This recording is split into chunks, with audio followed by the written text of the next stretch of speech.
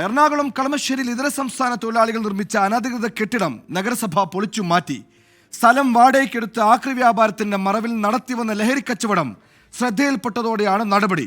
തൃശൂർ ചെറുതുരുത്തിയിൽ കോഴിഫാമിന്റെ മറവിൽ നടന്ന വൻ ലഹരി കച്ചവടവും പോലീസ് പിടികൂടി.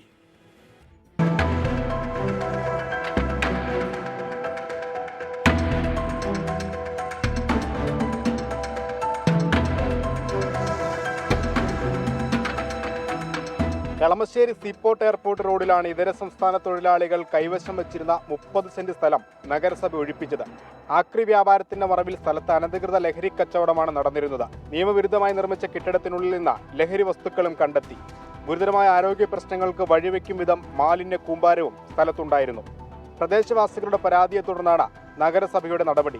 ഇപ്പോഴത്തെ ഒരു കാലാവസ്ഥ അനുസരിച്ച് ഈ ടെമ്പററി നിർമ്മാണത്തിന്റെ ഷീറ്റുകളോ എന്തെങ്കിലും പറന്ന് ലൈനിൽ തട്ടി ചിലപ്പോൾ ഒരു ബ്ലാസ്റ്റോ തീപിടുത്തോ എന്തെങ്കിലുമൊക്കെ ഉണ്ടായി കഴിഞ്ഞിട്ടുണ്ടെങ്കിൽ ഇവിടെ ഉണ്ടായിരുന്ന ആളുകളുടെ ജീവഹാനി വരെ ഉണ്ടാവാനുള്ള സാഹചര്യമുണ്ട്.